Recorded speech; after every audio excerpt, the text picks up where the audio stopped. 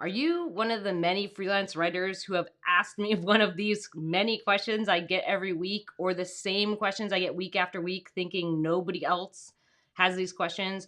Or have you reached out to me thinking that people think different stuff because, once you reach six figures, things magically change? Or that, as a freelance writing coach and a freelance writer mentor, there's like some magic thing that I can give you, or some magic question that someone hasn't asked yet. And I think it's so interesting with these questions that I get them week after week after week.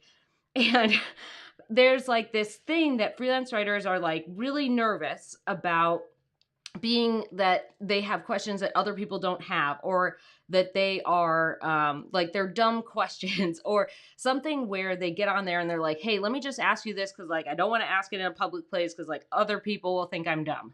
And it's just not true. These are the same questions I get all the time. So we're going to go through them from 5 to 1 this week. Instead of doing 1 to 5, we're doing them backwards. So we can go to the most asked question I get all the time, which I think might surprise you a bit. So let's just get rolling. And I've got some 2 wiggle bugs over here. One is in Licktown and one finally laid down. So we'll do that later. We'll do a little another pup date later on. But let's do this. So let's go from 5. All right. So number 5 here. Wait a minute. Is that in the right place? It's not in the right place. Boop, boop. There we go. Okay. So let's go to number 5. Hey, Vicky. Always love the wave. Number 5, the number 5 question I get asked all the time is, how do I get started as a freelance writer? And I have notes. That's why I'm looking over here. I wrote notes. So number 5 question I get all the time is, how do I get started as a freelance writer? And I just find this, that other people are so scared of asking this because they're scared of looking like they don't know what's going on, right? Like, how do I actually get started is a great question, right? What are the steps I need to take? What are the types of things I need to do? What do I need to put in place to actually get my freelance writing career going? And I find it so interesting that people are just afraid to ask, to show that they're starting at square one. All of us started at square one. Even me, I started at square one. I had no clips, no clients. Everybody starts there. It's just part of it. Even if you have a writer who started as a staffer and then, has clips and stuff from their full-time job, they still started with no clips or very few clips when they started a full-time career. So all of us start with no clips, no clients, or even learning how to get clips and clients. So I'm going to answer this too. How do I get started as a freelance writer? So I have a playlist here in YouTube. So if you go to the How to Get Started as a Freelance Writer playlist, that will also give you a bunch of videos about how to do this. And I'll link to it below. I'll put it in the description. But when you're getting started as a freelance writer, you kind of have to learn a couple different things. And this is something I take my course students through like pretty thoroughly. It's kind of like, where are your knowledge and experience? Like, where can you kind of dig into that? And then what kind of niches do those translate into? And I know that there's this thing that we often talk about is like, do I niche? Do I not niche? And I often find that freelance writers who do start off as generalists, it's because they already have varied experience. They have a lot of different things that they can pull on. I didn't. So for me, starting out with niches gave me direction to focus on clients, right? Who do I actually send an LOI or a pitch to, or who do I reach out to, or what kind of direction do I need? And I think when you're starting out, having direction is really important, because you lose momentum really quickly and you can feel very dejected and you can get rejected a lot. But if you end up having a list, or you end up having an idea of like, okay, how do I kind of keep going? Where do I go next? And I like that for niches. I think if you take your knowledge and experience and translate that into something that makes sense for you, like a niche, then you can start doing the next step as you get started, which is making your list of potential clients. So you can go look for lists. You can do a Google search. You can use Crunchbase or TechCrunch, or you can use the Forbes lists, or you can use the Inc. 5000. There's all these different ways to find lists. And then you're going to narrow those down by revenue, right? So then you're going to narrow them down by startups need to have that 3 to 10 million in revenue at least. And regular businesses need to have 5 to 50 million in revenue. It really depends on the niche. Like some niches, they have $5 million and they spend most of that on marketing. Some niches, they need to have like 40 million just to keep the company going in that niche. And then the extra 10 million, let's say they make 50 million in revenue, is for marketing. It really depends on how they do the marketing spend. Then you're going to send those LOIs and pitches. Your letters of introduction, your LOIs, are how you connect with businesses. You send them out via email or in-mails on LinkedIn. You want to connect with more types of clients in your niches. And then you kind of want to like keep your system going. And this is something that I go over with my students a lot, is like how to actually scale that system. You just want to rake today. You just like over there wagging your tail, having a great day. Now you can see like his messed up eye. Like that left eye is the one that he's had trouble with. But he's like 16, so we're doing our best. Good job, Barry. So then you're going to really want to scale that system. So what you want to do is get really good at figuring that out, get really good at identifying better clients, and then you're going to change that system and scale it over the long term. So when you're getting started, really what you want to do is get everything going. Work on your website, make sure you kind of craft it for ideal clients, work on your LinkedIn. And if you don't want to do a website yet and you feel overwhelmed by that, definitely get your LinkedIn profile going. So get the LinkedIn profile, get it all set up to answer your potential clients' most pressing pain points. The LinkedIn About section is not about you. The experience section is not about you. It's about how you can help your clients. This is a big mistake a lot of freelance writers make, is they're like, let's make everything about me because I need to tell me how my me skills work, right? We don't want to tell everyone about all of that stuff. We want to show how our skills solve problems. We want to show how our skills are actually really important to moving our clients forward and getting them the sales and the the likes and the comments and the clicks and all that stuff that they're looking for, right? So those are the kinds of things that we kind of want to get going with. And since I'm giving a general overview here, but I'll link to those extra videos in the description. But yeah, the deal is that as you're getting started, basically you just want to like start letting everybody know that you exist. And it takes a while. And for me, when I think about that, it's the train thing. And I tell my students this all the time. And I told this on the live stream. You have to shovel the coal. You have to put the coal in the train. And it takes a long time. It can take 2 miles for a train to get up to speed, right?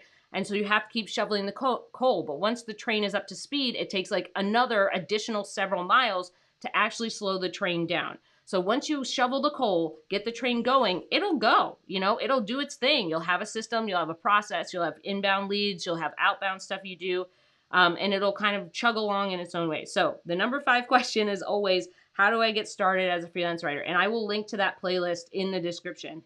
All right, number 4, not number 6. Maybe I can get myself together today. Number 4, hi woo. I've got a woo machine over here. Number 4 question I always get is, do I have to use social media as a freelance writer? I think this is so interesting. That means, like, when I started as a freelance writer, that like wasn't a thing. Like, you would kind of floof around and do a little bit of LinkedIn, and like it wasn't like a thing where they're like, oh, everyone's saying you need to market on Instagram, or you need a Facebook business page, or Google Find My Business, or whatever. That's not a thing. I think it's so weird that there's this pressure from did you just lick me?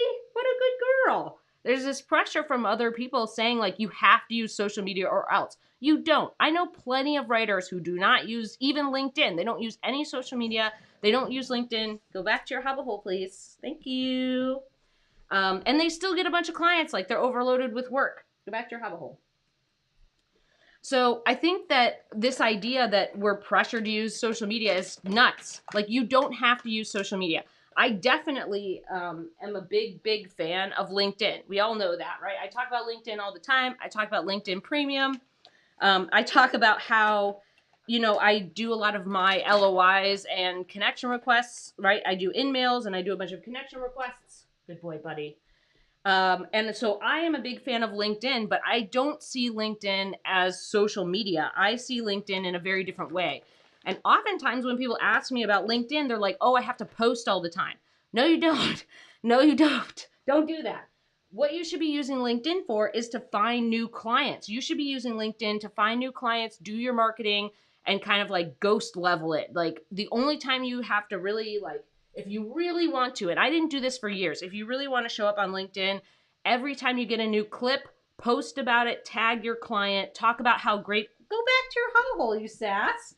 I have a Trito in my hand, and they're like, oh, that must be for me. Sit, good boy. Yeah. So the thing is like, post if you get a new clip, tag your client, but that post should be about how how working with your client was awesome, and that post should be genuinely that you had fun doing the project and genuine stuff, and it shouldn't be, hey Marie, I just said TREATOS. Maybe Whisper will come by. So yeah, like post about that. And then when you get a new client, post about that on LinkedIn. And that's it. You don't have to post on LinkedIn all the time. And I post on LinkedIn all the time because I figured out how to pre-schedule stuff. Like I use the Canva social planner. And I used to use Hootsuite. You can use Sprout Social. You can use a bunch of other tools for Instagram or a bunch of other tools for Twitter and stuff and pre-schedule stuff. But I only do that because I have the time and space to do that now. I didn't for a long time. And you need to focus on the things that move the needle most. And when you're playing around on social media, most of the time people get sucked into a social media hole and they're like, whoops, an hour went by and I got stuck into Reels or TikToks.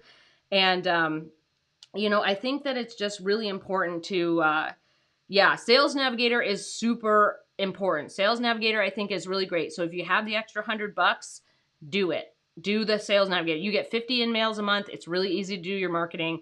And you should also post on potential clients' posts, but that's later in the process. So if you're getting started or you're worried about using social media, you don't have to use social media.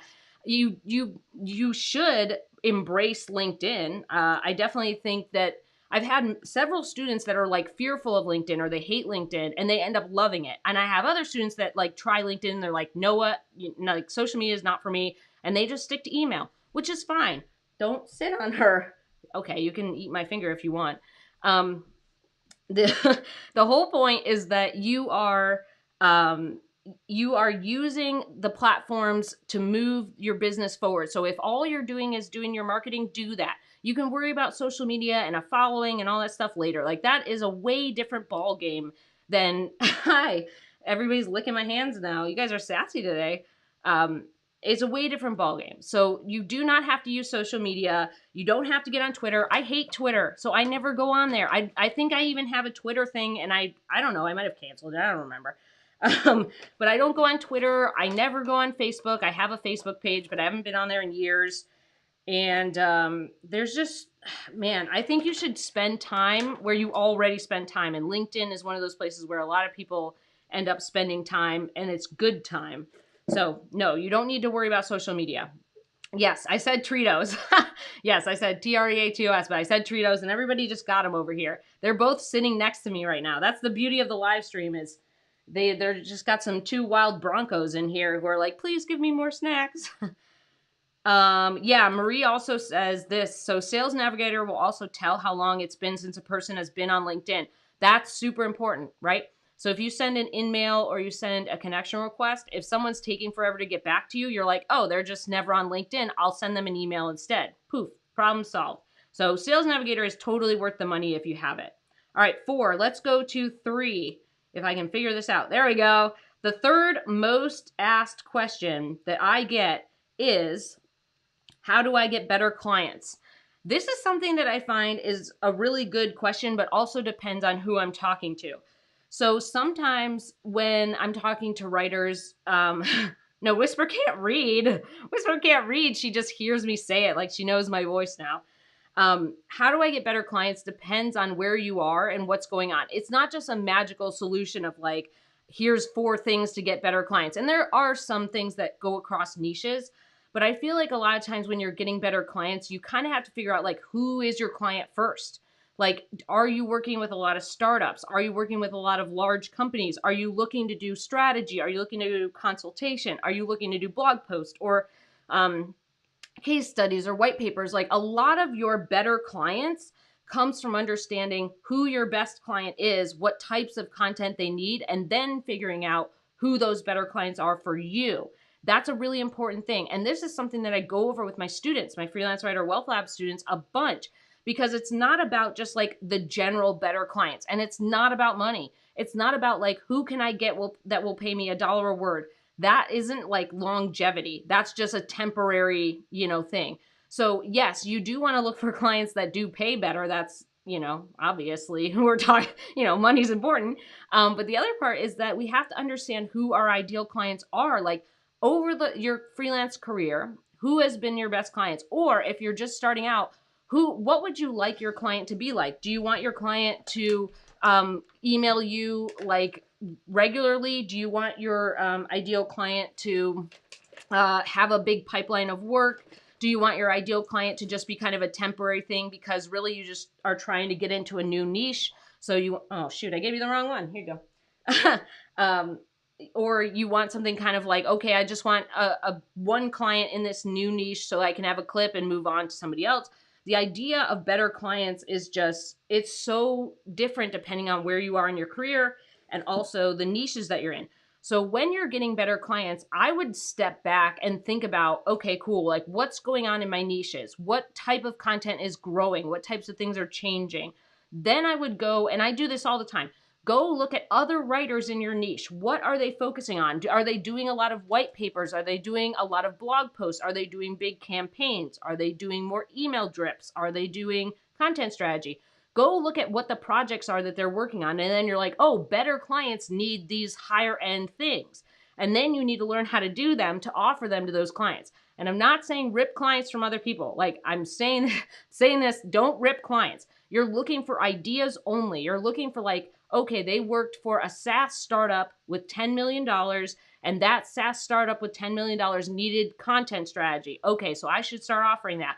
Or you're looking at, all right, this Inc. 5000 company has $20 million in revenue and it looks like they just hired a marketing director and they're putting out all of this new content, including case studies and white papers and ebooks. Okay, so that's something that I need to pay attention to in order to figure out what my ideal clients are going to need help with and what I should start writing my copy about and thinking about what I should offer these better clients. Because a lot of times writers are in this weird soup. They're in this weird soup where they're like, oh, if I just change everything, then I'll magically get better clients. Like, just tell me where to find the better clients and I'll just have them. That's not how it works. It's not how it works. Hey, Vesna, welcome in. We have missed you, Vesna, but Vesna, you have been a busy bee. You and Marie and everybody else, you know, you guys have been busy bees, and I really appreciate this. I'm just going to give a quick shout out. Vesna and Marie have been fantastic. They've been welcoming new students. They've been getting on the ball, getting everything done. They've been really killing it. So I'm doing a big shout out for them. And they've had a bunch of things going on, right? Like they had health things and they had weather things and they had this thing break and then they have all this other, there's so many things going on and they're still going after it. So I'm big shout out to Vesna and Marie this week. And of course, I'm always going to shout out Vicky because I always feel really good when Vicky comments the wave. I don't know what it is, but every time she gives me the wave, I'm like, we're ready to go. Vicky's on the ball. So student shout outs today. All right. Okay. So better clients. It's not just like there's a magical pool. Yes. Canva has yes.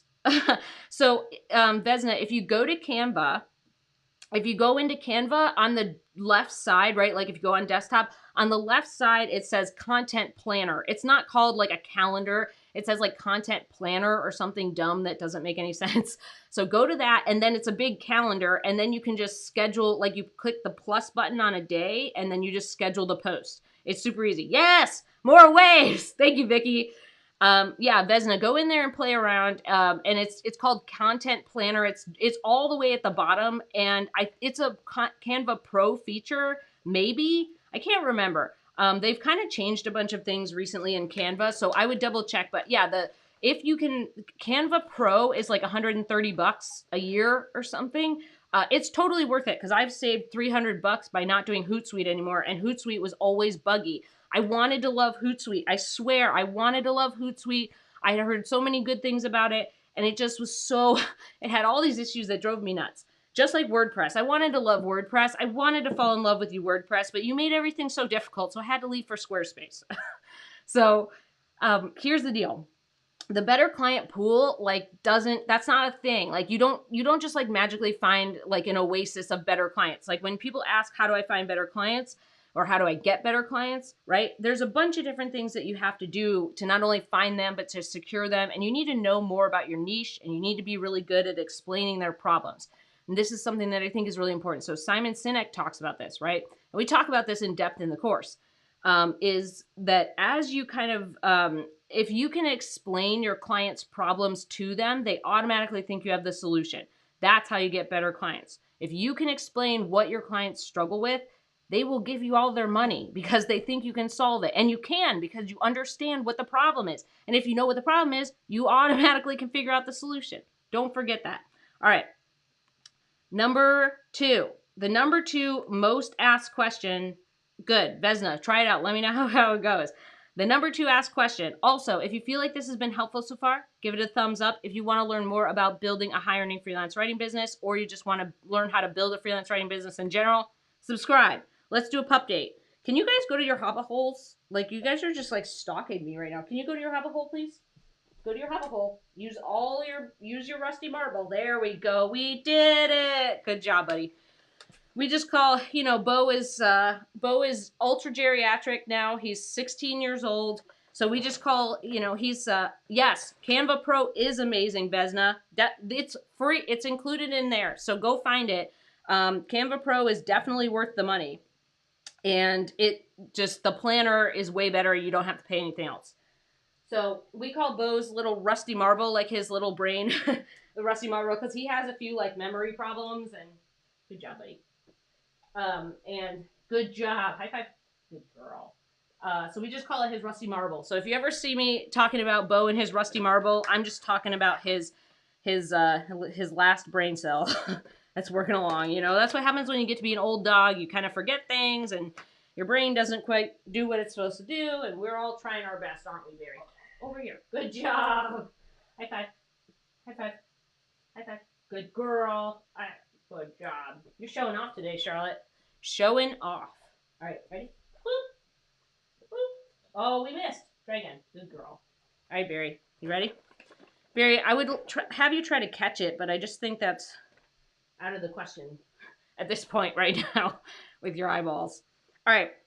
So the number 2 most asked question that I get, if my phone will participate and give me my notes, the number 2 most question I get the most often is, how do I get paid then make more money? Which is or like, how do I price a project? So here's the deal. How do I get paid is a bunch of different things. You need to have a contract. You need to agree on payment terms in that contract, and you need to get an upfront deposit most of the time. Magazines and certain businesses that have editorial departments that operate like magazines will not give you an upfront payment, but most businesses will give you an upfront payment. So make sure you do that. That's how you get paid. You need to have something to make sure that there's money coming in first, right? That they can actually pay for it. A lot of writers are like, oh, I'll just write more, and then they'll owe me a bigger invoice. And then you're like, no, if they're not paying you to begin with, you're not going to get a bigger invoice. You're getting $0 right now. So getting paid is also about having things set up. So I love Dubsado. That means that I do all my invoicing, my client management, my appointments, my to-do list, my financials, all of my stuff is in Dubsado. And if you can set up your systems to get paid, and if you're just starting out, try Harvest. It's a lot less complicated. I had Harvest for a long time. Use Harvest to send your invoices. So do that. That's how you get paid. Make sure you have a contract and agree to things. The other thing is that when you're making more money, or how you price a project, those things go together, right? How do I price this project? Well, what's your experience and knowledge? Are you bringing more value to the table? Do you feel like after doing all these projects, you can charge more because now you're bringing a lot more, value, experience, knowledge, useful data, or time-tested techniques that you've had with other clients to charge more. And when you're kind of doing the how do I price a project thing, that's why, here we're going to put it up, that's why I made the free pricing guide, mandyellis.com/pricing guide. It's my free pricing guide. I just updated it. It has a whole bunch of stuff in it for content strategy and different types of content projects. And it gives you a lot of information about like how to actually price things or how to deal with weird situations with your clients. Super helpful. So if you go to mandyellis.com/pricing guide, you can grab that. It's free. One of my other students is here. Sha ISTA. I've been practicing it so I say it right. Sha ISTA. There we go. Sha ISTA is here. She is rocking and rolling, doing the marketing, rolling out all that stuff. And she's just like diving in. That's the coolest thing, is like when I get students like her that are just like, I'm ready to go. I want to do all the steps. Let's do it. And even though like we haven't even really started the course, she's like doing all this stuff already, which is amazing. Okay, back to my pricing thing. So if you're worried about pricing a project, or if you're worried about how to make more money, you have to start somewhere. That's why the guide is there. I give you the pricing guide to kind of figure out where you are in the bubble. And then, or at least the rates that I'm collecting. I ask people all the time what they're charging. So, hi, woo. The thing about making more money is really also having the confidence to charge more. It's also about understanding what other people are charging in your niche for that project. It's also about understanding, hi, woo, giving me all the licks. It's also about understanding the value of content over time. So, this is something that I talk about a whole bunch. Is that your content lives on, right? Your content lives on for years and years and years after you work with the client. So after the client no longer, you're not invoicing them, you stopped working with them, all that stuff, your content still brings in leads and sales. Your content lives on their websites for like 10 years. I still have articles that are bringing traffic and sales and likes and clicks and comments to clients I haven't written for in years and years and years, and it's still bringing stuff. So I think that, yeah, Marie, try that one again. So I think that you kind of have to have confidence. You have to understand what's going on in your niche. You have to have at least some kind of ballpark from other freelance writers. And you really need to understand that like what you're charging for is not a one-time transaction. Your one-time transaction might be on your side where you're like, yeah, it should be like $800 for this 1,000-word blog post. But they're going to use that thing to, like, I've talked about this in the masterclass. The free masterclass was, if your client makes $15 million, and there is one, so I did a live stream on this. I'll link to it below, but there's one article that a company wrote where they got $15 million. If that company uses one of your articles that makes them $15 million, they're not going to give you any of that $15 million, okay? You need to remember the value of your content. Obviously, don't charge $1 million for that. Sorry, for that one piece of content. But the idea here is that your content can bring in a lot more money than the $800 that they're giving you, right? So don't think transactionally. Remember that that content brings them a lot more. That's why a lot of people are doing content marketing. That's why there are a lot more people seeking out freelance writers or seeking out freelance content strategists or freelance content marketing writers or whatever. We'll all get it, Sha ISTA. We'll all get it. We'll get your name. I don't know why, like, my brain, like, I don't know if we've ever talked about this, but when I was little, I had, like, minor dyslexia. So, like, sometimes when I read people's names, my brain is like, oh, it's actually spelled this way. And then when I look at it later, I'm like, wait, that wasn't how it was spelled before. So, I always apologize if I say people's names wrong because, like, my brain just is like, no, let's switch the letters around and do this. So that's the deal. When you are getting paid, then you're making more money. You kind of have to know those things. And remember that getting paid and making more money is more than just raising your prices. It's understanding the value long-term of your content. Don't think transactionally, and understand what other freelance writers are charging in your niche. That's really helped me a bunch. And if you're going through your projects, look at what you've been charging. Do you feel like that, like you're not getting bitter over that price? If you are getting bitter over your prices, you should raise them. You're doing it wrong. All right, so the number one question, and maybe I'll click the right button this time, Mandy. Get it together, Mandy. Get it together. Okay, so the last question, this is the most surprising thing that I get asked all the time, and I don't know why this is number one, but it always surprises me when I get it, and it's the most common question I get, and maybe it'll surprise you too. The number one question I get asked all the time is, can I do it? Can I really make it as a freelance writer? Like, people get in my inbox and they ask me, like, I'm worried that I'm not good enough as a writer to make it. I'm worried that I have no opportunities to make great clients, that other people can make it and I can't. Or do you believe I can actually do it? People, I have no idea who they are. I've never talked to them. They've never been on a live stream. They've never been a student of mine. And they send me an email and they're like, can I do it? And I'm like, I don't know. Can you? And then I'm like, wait a minute. Why are you asking me? Like, you got to believe in yourself. You got to believe in you. If you don't believe in you, you're never going to make it, because you have to believe in you or else we're all going to be in trouble.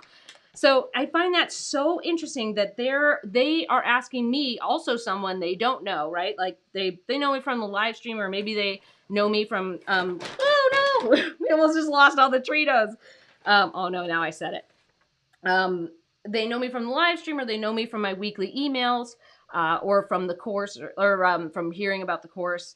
But then they email me like, do you believe in me? And I'm like, you should believe in you more than me believing in you, right? Like, you've got to do this, right? No matter how many tips and strategies and cool stuff and templates and master classes and calls with experts and stuff that I give you, it still comes down to you. It still comes down to, do you believe you can do it? And I can cheer you on. I'm like one of the best cheerleaders out there. And I was a cheerleader when I was small. But, you know, I'll cheer you on. I'll give you all the stuff. I'll give you everything I know how to give you, right? But it's not going to change your own belief in you. You have to believe in you. So when I get this question, can I really do it? Like, do you believe I can do it? And it's not just like, can freelance writers make 6 figures or can freelance writers make enough money even nowadays? I'm like, yes, of course.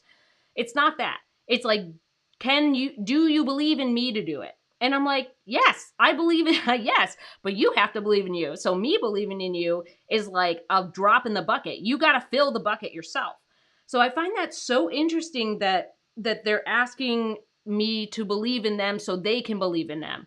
But me believing in them doesn't actually help them believe in themselves. Like, it becomes this thing where they're like, man, I'm racked with this, you know, what do I do? And it's like, you got to believe in yourself. Like, you have to believe that all the things you're doing in your business are moving it forward, that you are trying really hard, that you're doing the best writing that you can. You're putting out the best quality stuff that you can right now in the time frame you have.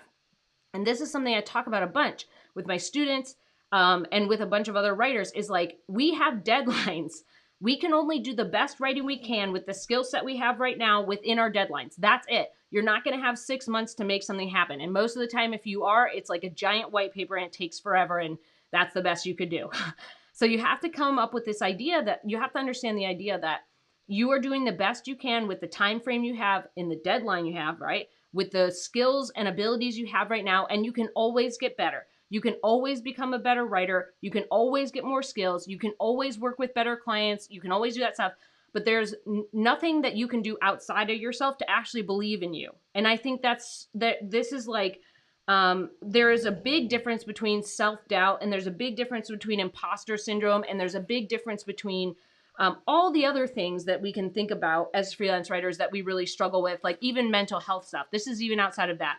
This is like the core belief that you can do it. This is the core belief that despite all the odds and despite all the difficult stuff, that you're really going to put in your best effort and you're really going to try. You have to believe that. You don't have to believe that everything's going to work out. You don't have to believe that everything is going to be magic and daisies, because it won't. There will be hard parts. But you have to believe in you. You have to believe it. Like, and I always love this idea from Brendan Burchard, where he says you have to believe in your ability to figure things out. And that really got me through a lot of dark times. Even recently, where I was like kind of worried about a bunch of stuff. I'm not as worried. I'm not worried now, but I worry too in my business. There was a bunch of things where like, even in the dark times, I'm like, I know I can figure this out. I know that after all the things I've been through, I know I can figure it out. Maybe it won't be immediate. Maybe it'll take a long time. Maybe things will be more difficult than I think, but I know in the end I'll figure it out. That core belief, I think, really builds a lot more confidence and self-belief, because what really happens is all of the things I've ever catastrophized, all the things I've ever worried about in my business have never come true. There is always another client. There is always a bigger paycheck. There is always more stuff you could be doing. There's always, always, always, right? There's always stuff. And every time I worry and every time I'm like freaking out about it, it's like after I worry, shortly thereafter, I'm like, oh wait, everything worked out. Like nothing I worried about happened. And that's happened to me over the last 10 years I've been a freelance writer. I had way worse anxiety in the beginning, but you know, we've talked about that.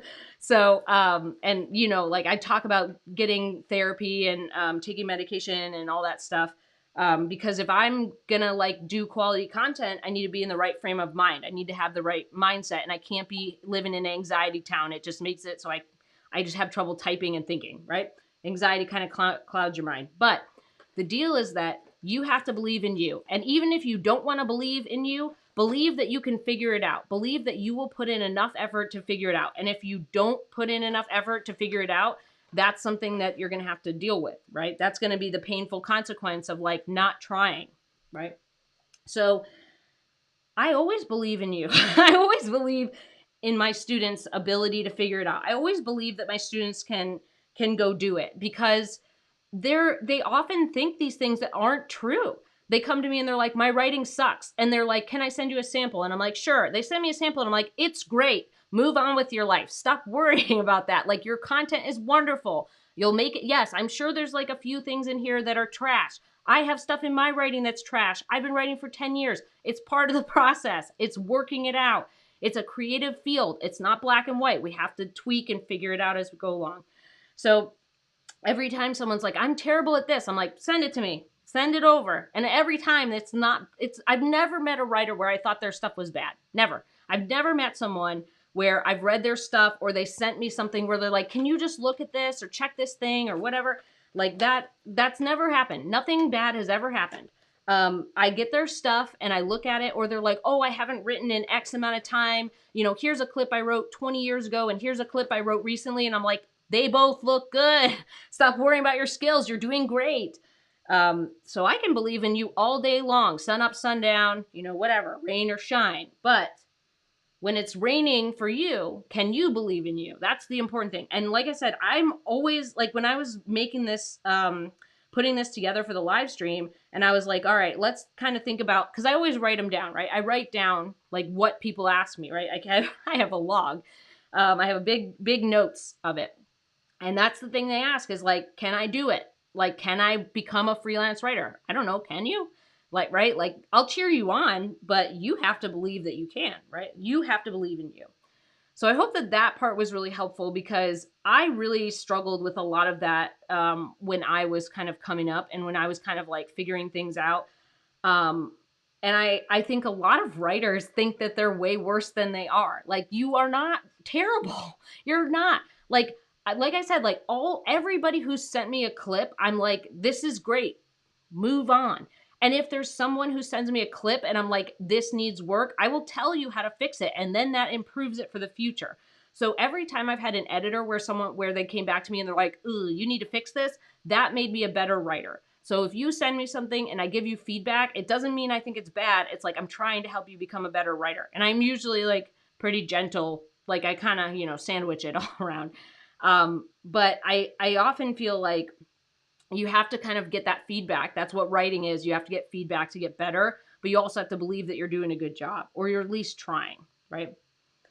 So Sha ISTA says, you are someone we all look up to. So I think they are looking for a reason to continue, because I think they know they can, but they don't understand there's no such thing as quick money. Yeah, that's a good thing. So maybe they're looking for confirmation that like believing in themselves is like a good thing. So maybe that's why they ask it. Is that they're like, hey, I want to believe in myself, but like, can you kind of just give me the little bit of like last thumbs up, like 5 stars on Yelp? And I'm happy to do that. But yeah, like, there is no such thing as quick money, and you got to put the time and effort in. There's just that's bar none. You got to do it.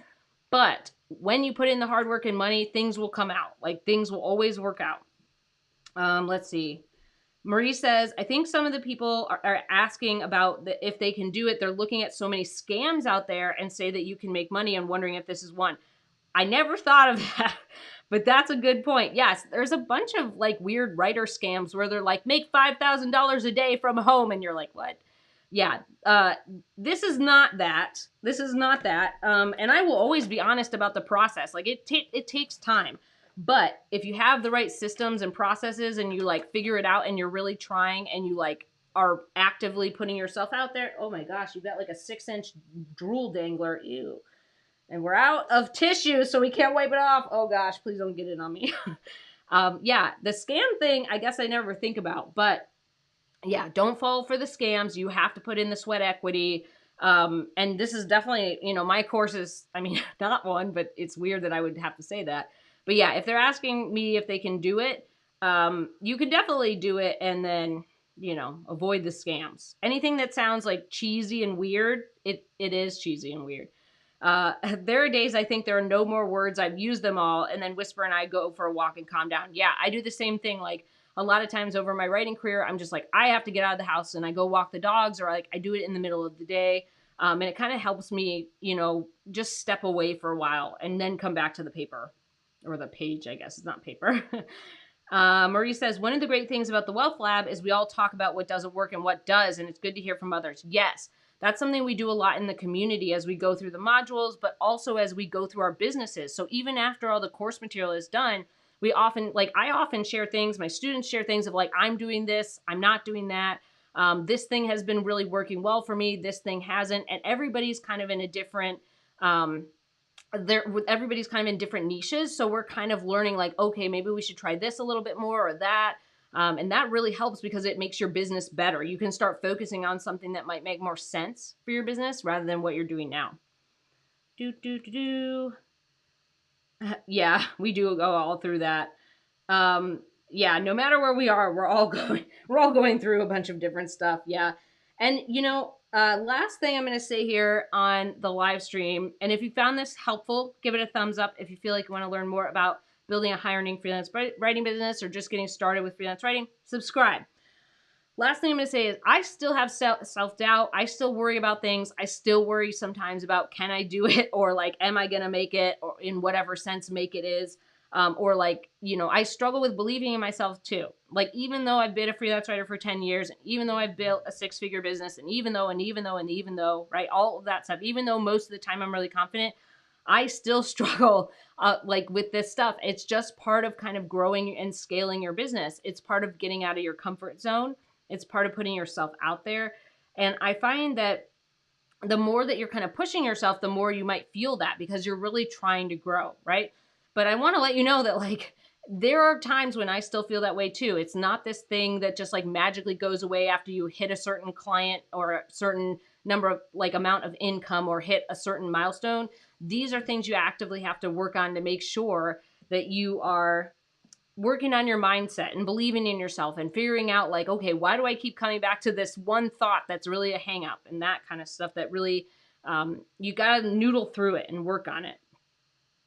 Marie said, I had one place tell me they could give me work and make $5,000 a day, but I had to pay them $500 for an evaluation. And I had to pay them $1,000 a month to join. Well, it sounds like all that is you're getting other people's money from already buying into that, which is a pyramid scheme basically, right? So not good. All right. Last thing I'm going to say is, so big thank you to everyone who has dealt with this. We've had like a Teachable tech issue and they know about it. So if you have been trying to enroll in the course, which is open, today's the last day. It'll be open till 4 p.m. Central. We had some tech gremlins get us, but Teachable knows about it. So if you go to mandyellis.com/enroll, mostly it seems like most people are okay, but then there's like a chunk of people that have been having trouble. So the course is still open. You can still enroll until 4 p.m. Central today, and then it will close until April 2023. This is the last group of students that gets into the post-course community for free and gets the masterclass library for free.